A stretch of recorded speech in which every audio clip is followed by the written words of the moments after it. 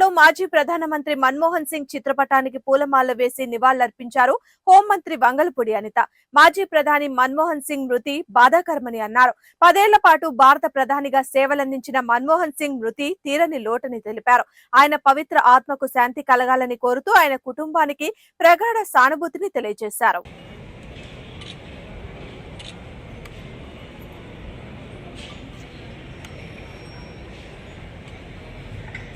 Thank you so much. మేము కూడా celebration మోడ్లో చేసుకునే పరిస్థితి లేకపోయింది.